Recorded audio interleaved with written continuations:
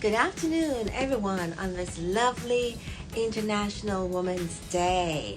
This is Divya here from Diva About Me, and I just wanted to jump on really quickly today to talk about women and the things that we have to face on a daily basis, daily challenges, as well as, like the things that society expects us to do as women, and what we have to look forward to as women as we age and get older, more mature in this thing called life. And of course, the main thing that I talk about all the time is urinary incontinence among women and men, but mainly among women, because I refuse to accept the fact that society expects us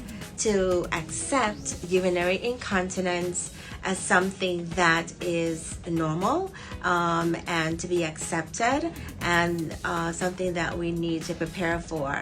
I personally, as a woman and as a person who is in the medical aesthetic world, anti-aging, as a medical professional, it is not something that I accept, and it is not something that I am going to, encourage women to accept. Men and women, again, but today, especially today among all days, International Women's Day, I do not accept that. And I think that you also, women out there in the world, on the web, on the internet, in Instagram world, social media world, should not accept that as being normal. It should not be accepted, and it's not something that you should look forward to.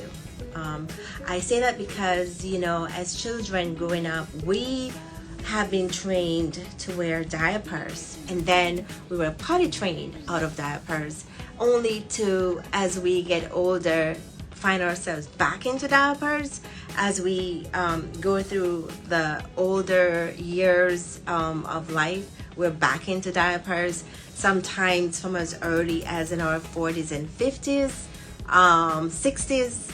That I do not think is a quality of life, a good quality of life. And as I said, I don't think it's something that we should accept as being normal. Clearly, it can be seen that, urinary incontinence develops over time. And I want to jump on a limb here and say that it probably even starts from the time we are children and we're being potty trained. Because while we're being potty trained, and I know a lot of the times as human beings, parents with children, we really don't have a playbook, we don't have a manual that tells us, what to do from what not to do. And a lot of the times we go off what the trend is and what society says we should do, and we go with that. But potty training children, we've been doing it wrong, because when the children are born, babies are born and they wear diapers, it's a healthy communication between the bladder and the brain. The bladder gets full and it tells the brain I'm full, and while the babies are wearing diapers, they just go in the diapers, no problem, no issues. But as soon as we as adults start to potty train them, we tell them do not go in the diapers. So right there, we're starting to interfere with the bladder and the brain communication that happens normally, involuntarily. We're starting to, meddle with that when we tell the children, do not go in the diapers, hold the pee, and even the poop until you can go to the potty and pee. or poop. And once we meddle with that, now we've taken it from being involuntary to voluntary. And a lot of the times, children and adults, what we do is we will procrastinate. We'll put off going to the bathroom, going to the restroom.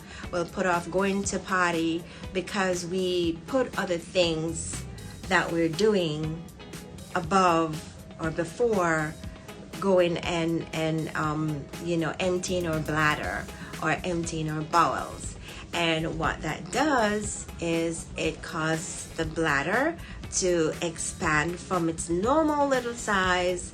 It expands to hold more urine, and as it expands to hold more urine, it puts pressure on those pelvic floor muscles, which in turn becomes weakened as they're stretched.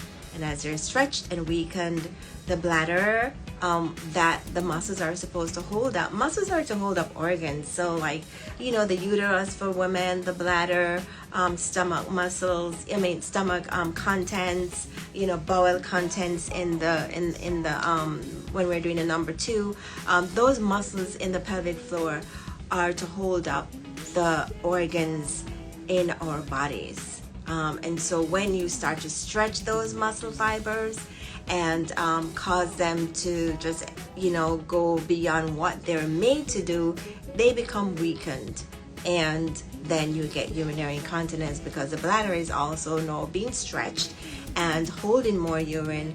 And you get bladder leakage when you cough, sneeze, laugh, or jump when you're exercising. So one of the ways to start to address and to prevent bladder leakage, urinary incontinence in adult years is it's gonna start from when we're potty training our children. We need to potty train them properly. We need to potty train them to go to the restroom when you feel the urge to go. Okay? Do not train them to hold their pee or even their poop, because constipation and having poop in our bowels that we are holding and walking around with for long periods of time also puts pressure on the bladder, which in turn puts pressure on the muscle fibers and further weakens them. So that is how constipation can contribute to urinary incontinence. We need to teach our children and young children, young adults, older adults, everyone, men and women, when you feel the urge to go, when the bladder tells the brain, ding, ding, ding, we need to go potty, we need to go potty. We need to go potty right away. And then we need to train our bladders to go to go and empty your bladders every 2 to 3 hours. Every 2 to 3 hours, whether you feel the need to go or not, we should try to go, because that helps to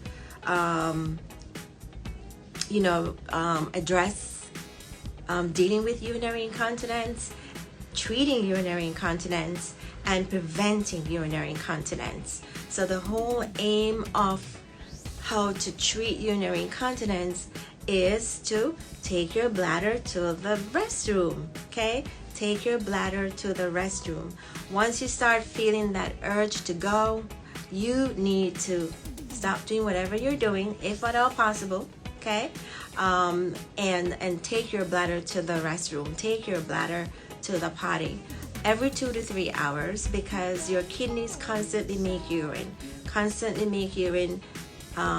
7 days a week, 24 hours a day, 365 days of the year, no matter what. Every hour, every second, every minute, every day, it doesn't matter. Your kidneys are always making urine. So if you take your kidneys, your bladder, when your kidneys are constantly dripping urine to your bladder, and you take your bladder, you train your bladder that every time you feel the urge to go, you go potty, as well as every 2 to 3 hours you go potty, go empty your bladder, you will also help to start treating urinary incontinence, because your bladder will technically always be empty. So when you cough, sneeze, laugh, or jump when you're exercising, you won't dribble, right? Because your bladder will be empty, and even if it's not empty, it won't be as full as if you're holding your pee for 4 or 5 hours. Okay.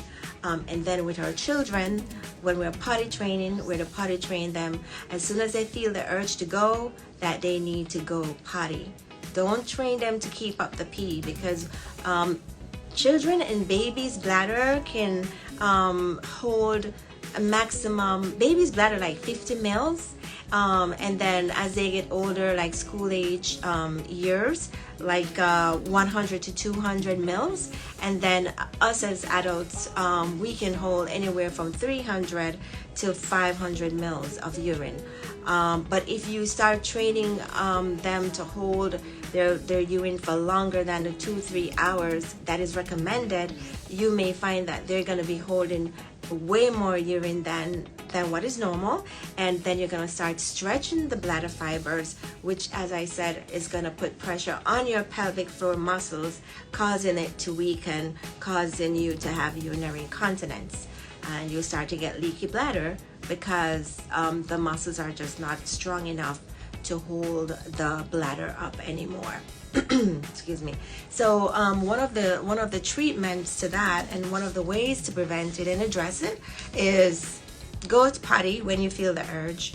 Train yourself and your children to go every 2 to 3 hours, whether you feel the urge or not. But especially if you feel the urge, you want to go.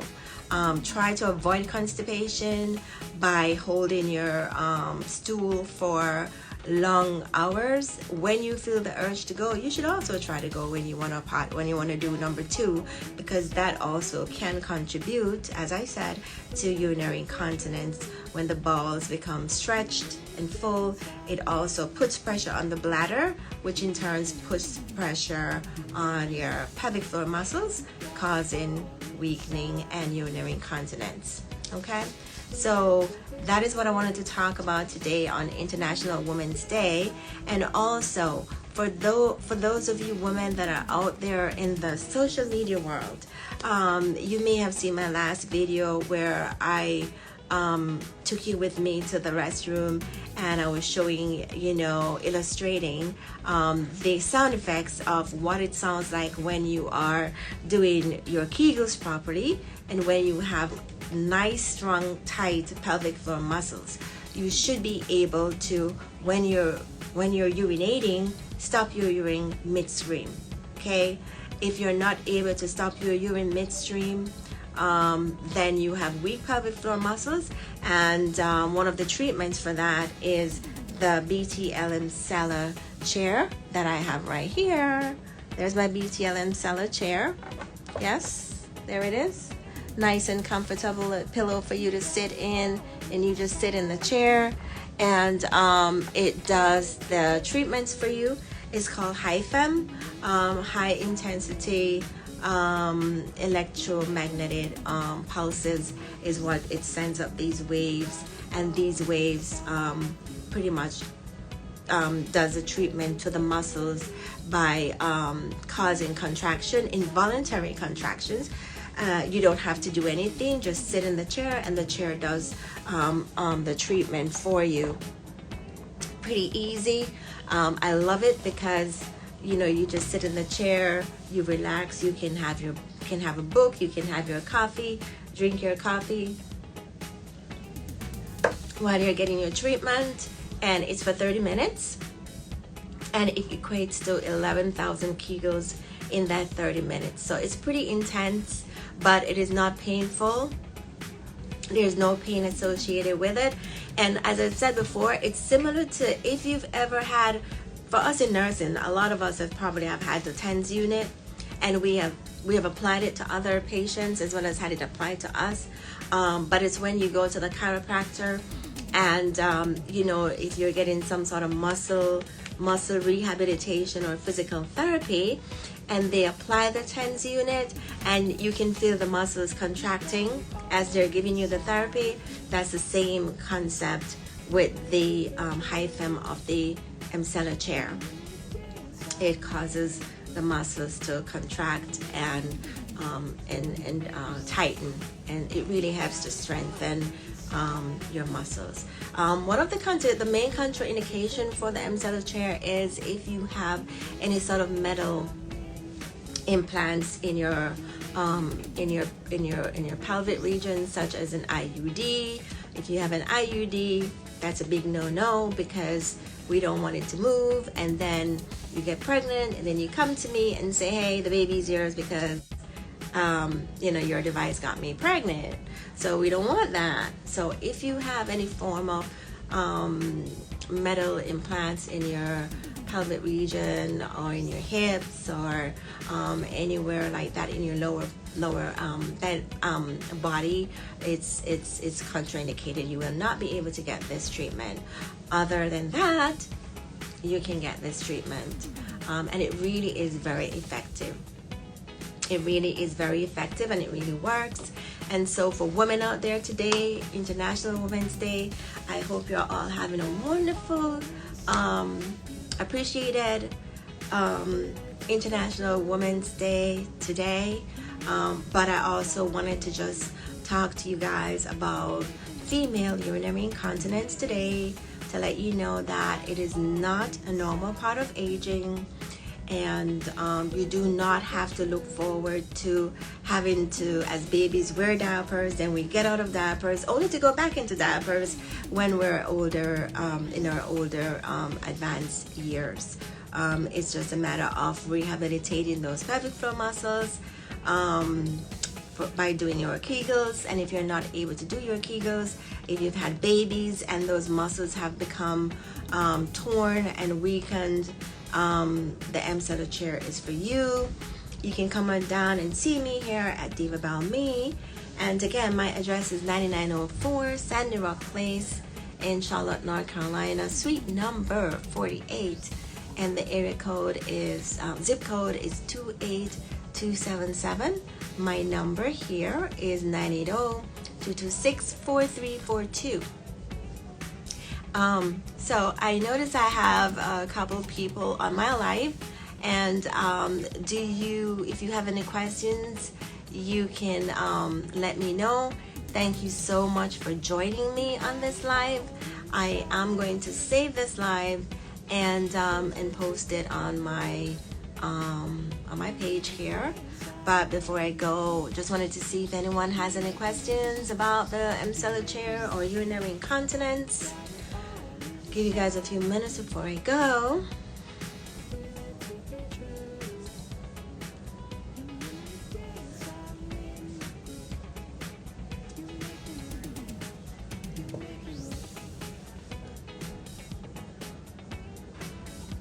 No, it doesn't seem as if anyone has any questions.